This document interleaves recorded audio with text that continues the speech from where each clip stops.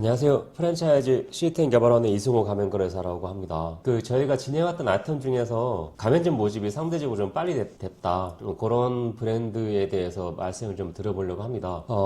우선에는 시장이 없던 거. 그러니까 지금 시장에서 뭐 치킨, 피자, 뭐 흔히 뭐 이런 아이템들은 좀 흔하잖아요. 근데 그 당시가 2018년도, 17년도 이럴 때인데 닭꼬치 프랜차이즈, 그리고 뭐 도로깨 프랜차이즈 시장이 전혀 활성화가 안 됐을 때였거든요. 지금은 굉장히 많이 있다가 좀 사라진 추세긴 하잖아요. 그러니까 이제 이게 그 당시에는 뭐 네이버나 파워링크의 키워드 같은 거 이제 조회수를 검색해보면은 뭐 치킨 창업이라는 치킨 프랜차이즈, 치킨 창업 이런 키워드를 검색량 어마어마하거든요. 이미 사람들이 대중적으로 알고 있으니까 창업을 할 때 치킨집 창업 이런 거부터 검색을 해보는 건데 뭐 고로케 창업, 고로케 장사, 고로케 프랜차이즈, 닭꼬치 창업, 닭꼬치 장사, 닭꼬치 프랜차이즈 이런 거는 아예 검색량이 없어요.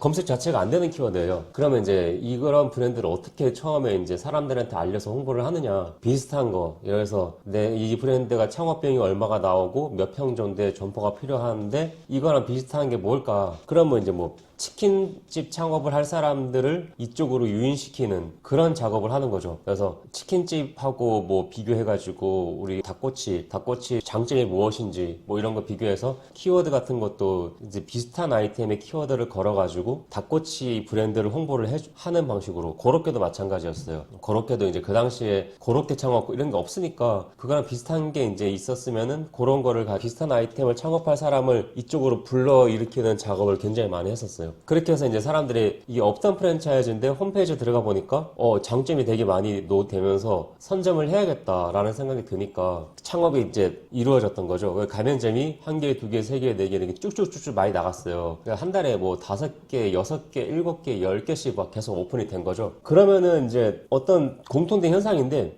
유행 아이템이 돼버려요. 그러니까 고로케랑 그 닭꼬치 아이템도 엄청 많이 생겼어요. 일주일에 한 주 지나면은 브랜드 2개 생기고 추가로 또 2개 생기고 그 당시에는 스몰비어 업체들이 되게 많이 생겼다가 그 전반적으로 매출이 좀 꺾이면서 이 업체들이 닭꼬치 프랜차이즈로 급선회해가 급조한 거죠. 카피 브랜드들이 많이 생겨가지고 시장이 그럴 때는 어떻게 되냐면은 굉장히 많이 혼탁해져요. 그러니까 기존 선두 순회 닭꼬치나 신봉석 도로케처럼 새롭게 선두로 진입해서 프랜차이즈를 확장해서 가다 보면은 이 브랜드의 가맹점들도 매출이 잘 나온단 말이에요. 근데 이제 유사 브랜드들이 많이 생기면서 닭꼬치집이 여기저기 가면 또 생겼다. 꽈배기집도 여기저기 또 생겼다 그러면은 사람들이 저거 먹으려고 원래는 5분 10분 걸어가서 사 먹고 했던 것들을 바로 내 가게 코앞에 생기면은 굳이 멀리까지 안 가고 가까운 데 가서 먹어버리니까 기존 매장들 매출액이 줄어들어요. 그러니까 이게 원래 없던 시장, 그러니까 작은 시장에서 이 아이템이 만들어지고 또 거기다가 이제 유사 카피 브랜드까지 갑자기 많이 만들어지면서 안 그래도 수요가 이렇게 많지가 않은 시장에서 공급이 갑자기 늘어나니까 매장당 매출액이 좀 줄어드는 그런 작용이 있더라. 저도 몰랐는데 그렇게 진행하고 보니까 그런 식으로 되더라고요. 근데 어쨌든 여기서 우리가 처음으로 치고 나가는 거, 그게 어쨌든 지금 말하고자 하는 논지니까 그 치고 나갈 때는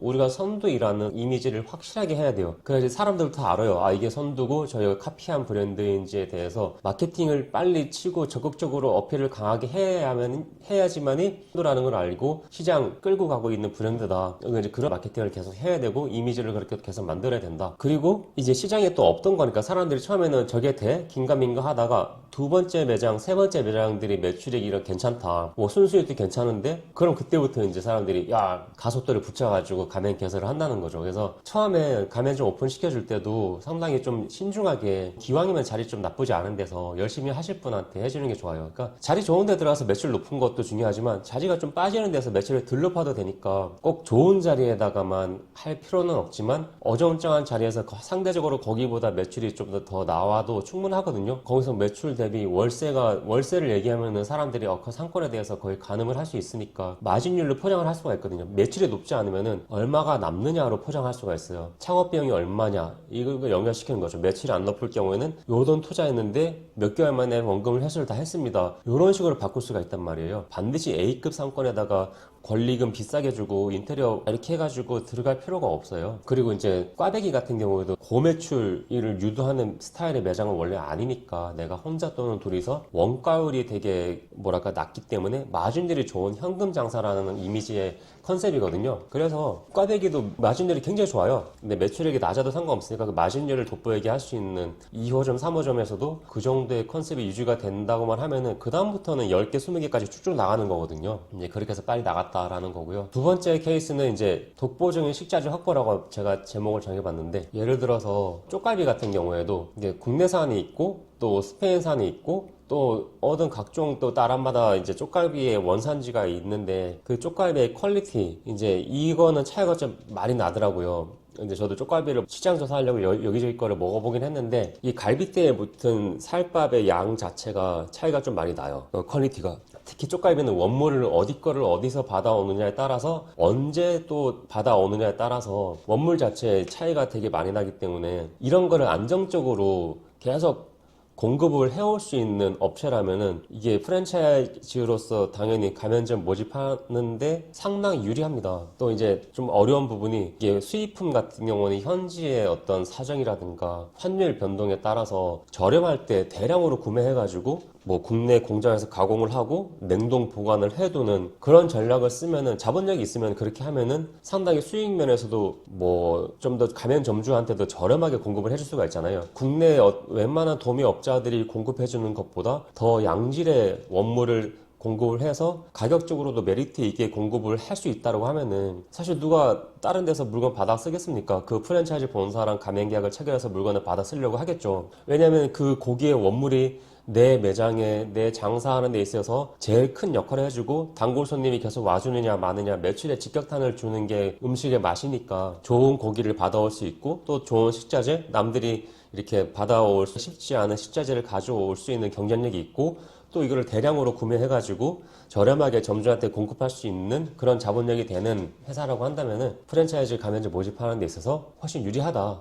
여기서 인생극장 쪽갈비 같은 경우가 그런 거를 상당히 잘하셨어요, 대표님이. 물론 스트레스도 많이 받으셨는데 그런 예전에 잘 진행이 됐었다. 그리고 매출액 높은 건 당연한 거죠. 예를 들어서 시기를 잘 만난 경우가 있어요. 그 배달 프랜차이즈, 한식 배달 프랜차이즈 혼밥대왕이라는 브랜드가 있었는데 우리가 코로나 때 음식점들 영업 제한 시간을 규정하고 외식 같은 거를 좀 자제시키는 분위기였잖아요. 그러니까 음식점들 내 매출액이 엄청 많이 빠졌어요. 그러니까 매출액이 많이 빠지면서 홀 매장 매출액이 많이 빠지고 그 당시에 배달 쪽으로 이제 상당히 크게 급속도로 성장을 했거든요. 그 당시에 배달 전문점 많긴 많았지만 이제 진짜 막 공격적으로 마케팅을 하고 매장들에 대한 광고 홍보를 어떻게 하는지 컨트롤할 수 있는 교육을 시켜줄 수 있는 또 직영 매장 매출액을 한 달에 1억씩 막 이렇게 배달만 해가지고 1억씩 올릴 수 있는 매장들이 요 한 3개 정도가 있었단 말이에요. 혼밥대왕 브랜드가 이제 대표적인 사례였는데 그 브랜드가 그 당시에 폭발적으로 가맹점을 성장했습니다. 이건 다 저희가 진행했던 거예요. 지금 뭐 여기 시장이 없던 뭐 순대닭꼬치나 신모사 도로깨든 인생극장 쪽갈비든 지금 말씀드리는 혼밥대왕이든 다 저희가 가맹점 개설을 영업대행을 맡아가지고 진행을 했던 겁니다. 홈페이지 제작부터 온라인 마케팅부터 상담까지 저희가 다 진행했던 브랜드들이고요. 그래서 그 당시 혼밥대왕이 배달 전문점이니까 인테리어 할 필요 없으니까 창업비용도 낮지. 매출액이 뭐 직영점이 한 달에 1억씩 나오는 매장도 있지. 또 홀 규제가 심하니까 배달 쪽으로 이제 사람들 수요가 몰리면서 배달 매출이 막 증가되고 있지. 그리고 가맹 본사에서 가맹 점주분들한테 어떻게 하면 이 배달 광고를 잘하는지 배달의 민족 같은 경우에도 교육을 많이 시켜주는 역할을 해주는 데가 그때는 없었거든요. 근데 혼밥당에서는 그런 걸 다 해줬단 말이에요. 깃발 위치도 조절해주고 광고를 어떻게 하는 게 효율적이고 그런 걸 해주다 보니까 가맹점주 입장에서 좋아할 수밖에 없고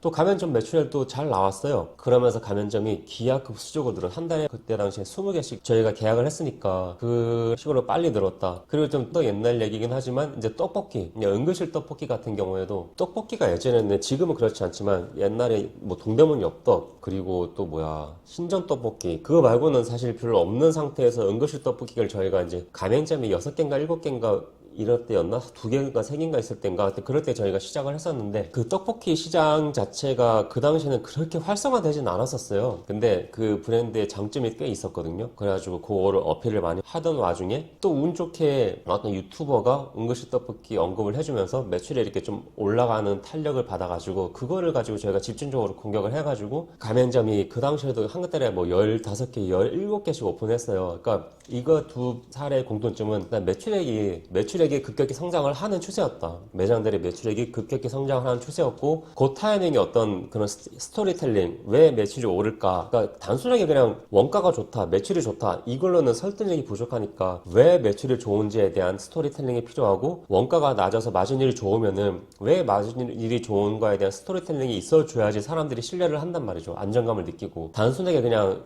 수치만 자 보세요 대단하죠가 아니라 왜 이렇게 대단하게 될 수 있는지에 대해서 근거와 자료를 납득이 가능한 스토리텔링을 통해서 스토리를 입혀줘야 돼요. 그래야지만이 그런 자료들이 훨씬 더 힘을 가지고 사람들을 납득을 시킨단 말이죠. 그러니까 매출액이 좋을 때 왜 좋았나? 이런 추세가 있었고 이런 때문에 매출이 좋을 수밖에 없다. 그래서 이거 된다. 그러면 사람들이 이제 예능 창업자 입장에서는 관심을 가질 수밖에 없습니다. 또 근데 매출이 아무리 좋아도 저희가 진행해봤을 때 매출이 좋아도 창업 비용이 되게 높다. 그러면은 사람들은 창업 문의는 해요. 홈페이지 봤을 때 매출이 진짜 저렇게 나옵니까? 와 정말 매출 잘 나오는데 어떻게 하면 저렇게 나오나요? 이렇게 문의는 하지만 영업 담당자가 사장님 그럼 미팅에서 만나서 말씀드리겠습니다 해도 안 만나려고 해요. 그러니까 계약은 안 한다. 매출이 높아도 창업 비용이 적정 수준으로 좀 저렴해야지 창업을 한다. 그래서 제가 이런 3가지 사례 일단 말씀드리면서 도움이 되셨으면 좋겠습니다. 감사합니다.